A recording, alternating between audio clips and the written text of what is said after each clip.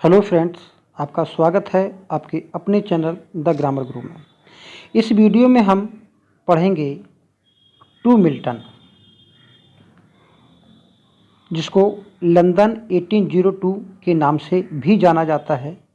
यह एक सोनेट है जिसको हमारे रोमांटिक एज के ग्रेटेस्ट पोइट विलियम वर्ड्सवर्थ ने कंपोज किया है।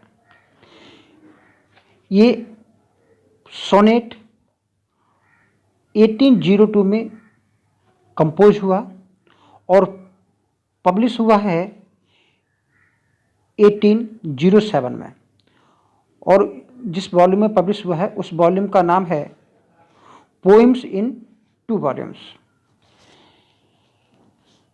ये सोनेट एक एपोस्ट्रोफी टू मिल्टन, यानी कि मिल्टन के लिए संबोधित किया गया है, यानी मिल्टन के लिए एपोस्ट्रोफी है। अब प्रश्न आता है कि ये जो सोनेट है तो किस प्रकार का सोनेट है, क्योंकि आप जानते हैं कि इटालियन सोनेट और आपके इंग्लिश सोनेट, तो इटालियन सोनेट जो पेट्रार्कन के द्वारा लिखे गए हैं वो होते हैं, और शेक्सपियन सोनेट जो शेक्सपियर ने जिसका स्ट्रक्चर बनाया है, इसमें 3 क्वार्टर्स और एक कपलेट होता है, तो वो इंग्लिश सोनेट होते हैं। तो ये एक पेट्रार्कन सोनेट है जिसको इटालियन सोनेट के नाम से भी जानते हैं। इसमें क्या होता है पेट्रार्कन सोनेट में ऑक्टेव होता है, शुरू की 8 लाइनें और बाद की 6 लाइनें सस्टेट होती हैं। कुल मिलाकर 14 लाइन्स की पोएम को सोनेट कहते हैं। इस सोनेट की जो राइमिंग स्कीम है वो ABBA, ABBA, CDD, ECE है। तो ये जो सोनेट है टू मिल्टन, ये नेशनल इंडिपेंडेंस ऑफ लिबर्टी को डेडिकेटेड किया गया है। अब हम बात करते हैं इसके लाइन टू लाइन एक्सप्लेनेशन के बारे में। इसको समझने से पहले हम इसकी बैकग्राउंड के बारे में जान लेते हैं। विलियम वर्ड्सवर्थ फ्रेंच रिवॉल्यूशन से काफ़ी इन्फ्लुएंस्ड थे। उन्होंने फ्रेंच रिवॉल्यूशन को आंखों से देखा था। उन्होंने फ्रेंच रिवॉल्यूशन के दुष्प्रभावों को भी देखा था, लोगों को सफरिंग करते हुए भी देखा था, और उन लोगों के प्रति, यानी फ्रेंच लोगों के प्रति विलियम वर्ड्सवर्थ के दिल में सहानुभूति भी थी। जब वो इंग्लैंड लौटकर आते हैं तो यहाँ के लोगों को देखते हैं कि वो फ्रेंच लोगों की जो सफरिंग है उसके प्रति इंडिफरेंस है, कोई सहानुभूति नहीं है। यहाँ के लोग मिथ्या अभिमानी हो गए हैं, सेल्फिश हो गए हैं, यानी कि जो उनका मेन उद्देश्य हो गया है वो मेटेरियलिस्टिक अर्निंग के लिए हो गया, ये भौतिक सुखों के लिए हो गया है।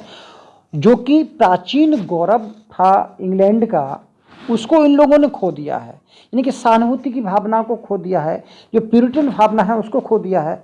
तो ऐसे में विलियम वर्ड्सवर्थ मिल्टन को संबोधित करते हैं। अब हम इस पोइम को लाइन टू लाइन एक्सप्लेन पढ़ते हैं। Milton, Thou shouldst be living at this hour. हे मिल्टन, काश तुम इस समय रहते होते, नहीं काश तुम इस समय होते। तो यहाँ पर इच्छा कर रहा है कि काश मिल्टन इस समय होते। ये मिल्टन को बुलाने की इच्छा कर रहा है, काश मिल्टन दोबारा जन्म ले लें या मिल्टन इस समय हो। क्यों? England hath need of the, क्योंकि इंग्लैंड को तुम्हारी जरूरत है। सी इज अ फैन, यहाँ पर सी शब्द इंग्लैंड के लिए स्टैंड है। सी इज अ फैन, यानी कि इंग्लैंड जो है एक दलदल बन गया है। इंग्लैंड एक दलदल के समान है। कैसे दलदल बना? ऑफ स्टैग्नेट वाटर, यानी ठहरे हुए पानी से। आप जानते हो पानी जब ठहर जाता है तो उसमें बदबू आने लगती है, और वो मिट्टी जो है जहाँ पर पानी भरा रहता है वो दलदली एरिया बन जाता है। तो मिल्टन को संबोधित करते हुए कह रहे हैं कि इंग्लैंड जो है एक दलदल के समान हो गया है। तो यहाँ पर दो चीजें हैं। पानी का मतलब होता है चमक, पानी का मतलब होता है शान, पानी का मतलब होता है ग्रेस, गौरव।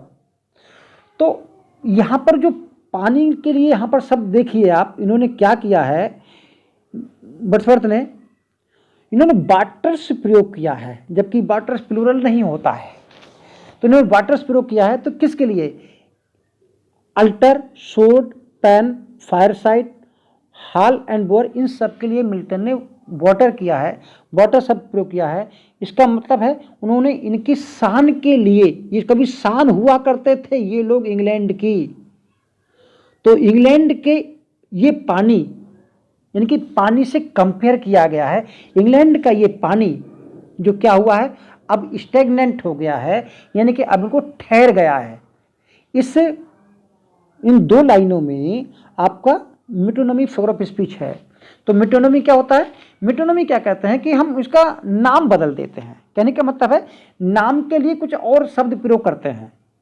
जैसे अल्टर प्रयोग किया गया है यहाँ पर पृष्ठ के लिए, पुजारियों के लिए, सोड सोल्जर्स के लिए, पेन राइटर्स के लिए, फायर साइड का मतलब कॉमन पीपल के लिए। तो फायर साइड का अर्थ बता दे रहा हूँ, घरों के अंदर जो अलाव होता है, आग तापने की जगह होती है, तो उस जगह को हम फायर साइड बोलते हैं।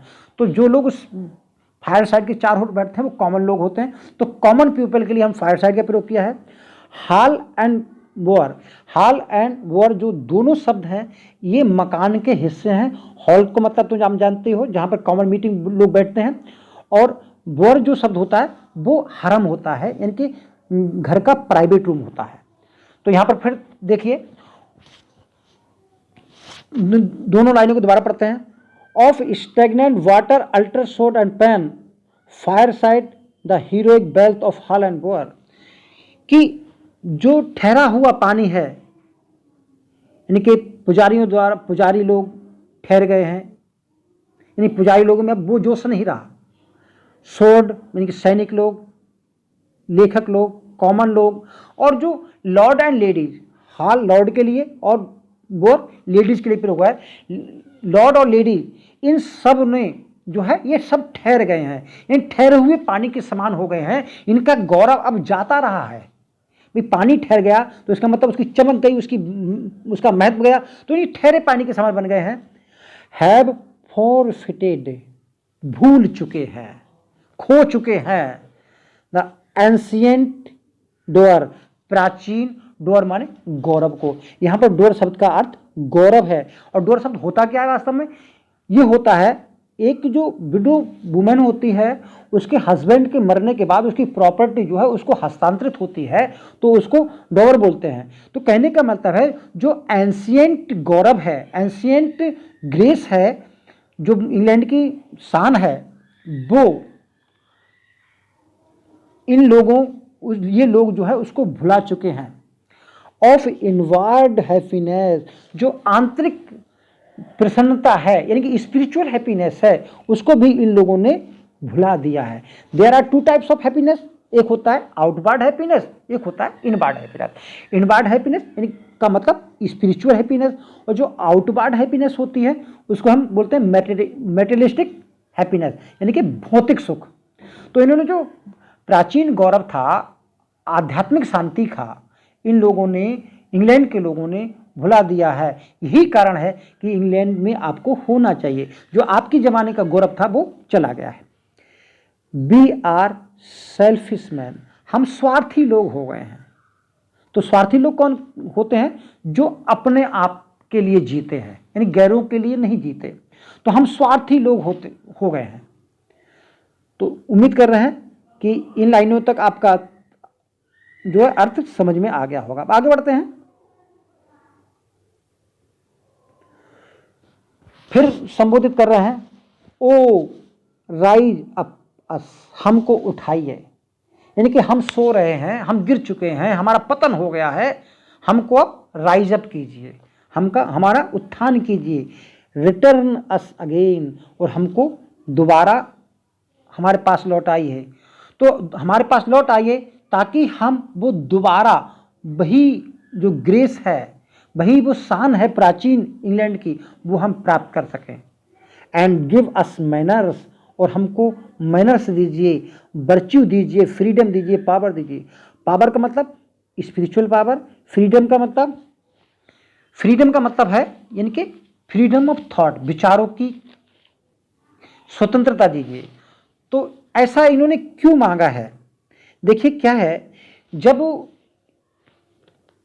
इनमें 1947 में वहाँ भी उस समय भी किंग और पार्लियामेंट के बीच में कॉन्फ्लिक्ट चल रहा था, जिसमें पार्लियामेंट विजय रहती है, विक्ट्री होती है पार्लियामेंट की, और कॉमनवेल्थ पीरियड जो है वो शुरू हो जाता है, जिसके प्रोटेक्टर ओलिवर क्रोमवेल रहते हैं। तो उस समय उस दौरान जॉन मिल्टन का काफ़ी महत्व रहा था, इनका काफ़ी योगदान रहा था उस सब में, क्योंकि इन्होंने कई रचनाएं उस दौरान लिखी थी, जैसे टेन्योर ऑफ किंग। इन्होंने टेन्योर ऑफ किंग लिखी थी, जिसका अर्थ होता है राजाओं का, और tenure of Kings and magistrate, राजाओं का और मजिस्ट्रेट का जो टेन्योर, जो कार्यकाल होना चाहिए वो कितना होना चाहिए। इन्होंने रोमन कैथोलिक में के विरोध में भी रचनाएं ली थी, प्रेस की स्वतंत्रता के लिए एरोपेजिटिका भी लिखी थी। यानी कि इन्होंने अपनी आवाज़ उस समय काफ़ी उठाई थी, यानी कि उस समय काफ़ी सक्रिय लोग रहते थे। तो इनके यानी कि जो मिल्टन के ज़माने का जो समय था वो काफ़ी सक्रिय था। तो यही कारण है कि मिल्टन दोबारा आ जाओ, and raise us again, return to us again, oh raise us up, दोबारा लौट के आओ और हमको उठाओ।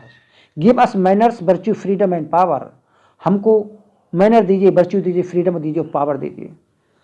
ये लाइन काफ़ी पूछी जाती है, जिसमें सिमिली फिगर ऑफ स्पीच है।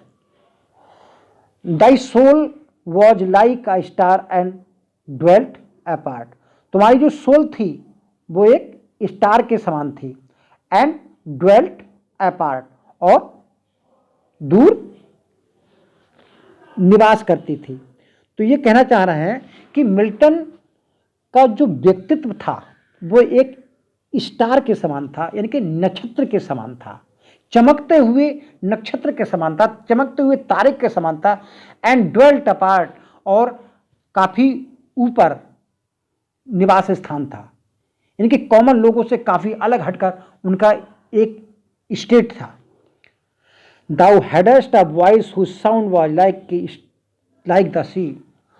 मिल्टन की आवाज़ ऐसी आवाज़ उठी थी जो एक दूर दूर तक जाती थी और दूर दूर तक सुना जाता था, यानी कि समुद्र के समान आवाज़ थी। यानी कि मिल्टन का अपने समय में काफ़ी वैल्यू थी। Pure as naked heaven, majestic and free, इतना शुद्ध व्यक्तित्व था जैसे नेक्ड हेवन होता है, यानी रिक्त आकाश होता है, जिसमें सभी कुछ स्पष्ट दिखाई देता है। तो स्पष्ट आकाश के समान मिल्टन का व्यक्तित्व था, मजेस्टेट शानदार व्यक्तित्व था, एंड फ्री, और उनके अंदर फ्रीडम ऑफ थॉट था। अगली लाइन पढ़ते हैं, उम्मीद करें यहां तक समझ में आ गया होगा। सो डिडस्ट दाउ ट्रेवल लाइफ्स कॉमन वे, तुम यानी कि जिंदगी के कॉमन वे में तुम ट्रेवल करते थे। तो यहां पर कहना यह चाह रहे हैं कि जो जॉन मिल्टन का व्यक्तित्व था वो काफ़ी मजेस्टिक था, विचारों की स्वतंत्रता थी, और प्योर एज नेक्ड हेवन की तरह थे। फिर भी वो कॉमन जीवन जिया करते थे, यानी कि कॉमन लाइफ को, इन सब के बावजूद भी कॉमन लाइफ को जीते थे। तो इनके कहने मतलब है मिल्टन के विचार उच्च थे, लेकिन उनकी जो लिविंग स्टाइल थी वो काफ़ी सिंपल थी। In cheerful godliness and yet thy heart the lowliest duties on herself did lay. देखिए येट से अपोजिट थिंग है, तो ये कह रहा है कि चीयरफुल गॉडलीनेस, यानी कि तुम्हारा जो व्यक्तित्व था उसमें सहानुभूति थी, ईश्वर के समान आपके अंदर प्रसन्नता थी, आपके अंदर काफ़ी चेयरफुलनेस थी। फिर भी तुम छोटे से छोटे कार्य को करने में भी नहीं शर्माते थे, यानी कि उस छोटे से छोटे कार्य को भी करने के लिए तैयार रहते थे। इस नीचे वाली लाइन के लिए भी एक स्टोरी है। वो क्या है, जब 42 में कॉन्फ्लिक्ट चल रहा था तो उस समय मिल्टन का जीवन आदर्श तो था, लेकिन जब जो इंग्लिश ट्रूप थी यानी राजा की सेना, तो भी दो लोगों में कॉन्फ्लिक्ट चल रहा था भाई, पार्लियामेंट में और किंग के। तो जो राजा की सेना थी वो जगह जगह विद्रोहियों को ढूंढ ढूंढ कर मार रही थी या गिरफ्तार कर रही थी। तो उस दौरान यानी कि 1642 के दौरान मिल्टन अपने घर में यानी घर के एक कोने में बैठकर मोची का काम किया करते थे, यानी कि शूज रिपेयर काम किया करते थे। उनके अपने घर में, तो अपने घर में जब शूज रिपेयर का काम किया करते थे, जो कि तुच्छ काम माना जा रहा है, तो यहां पर यह कहना चाह रहा है कि उस तुच्छ कार्य, इतना विशाल हृदय, इतना आदर्श जीवन होने के बावजूद भी तुम उस तुच्छ कार्य से करने से भी नहीं चूकते थे, वो कार्य करते थे। यानी कि हाई क्वालिटीज होने के बावजूद भी आप कॉमन लाइफ जिया करते थे। तो ऐसी आदर्श जीवन की कल्पना, आदर्श जीवन था आपके पास, और इंग्लैंड इन सारे आदर्शों को, इन सारी विरासतों को भूल गया है। तो हे मिल्टन, आप जो है इस समय आना चाहिए। ये इस पोएम का लाइन टू लाइन अर्थ था। उम्मीद कर रहे हैं आपको समझ में आ गया होगा। यदि आपको वीडियो पसंद आता है तो प्लीज़ इसको लाइक करिए, चैनल को सब्सक्राइब करिए और शेयर करिए। मैं टीजीटी के लिए गारंटी देता हूं कि यदि आप मेरे वीडियो पूरे देखते हैं तो 100+ नंबर आपके आएंगे और आपका पक्का सिलेक्शन हो जाएगा। Thank you, all the best.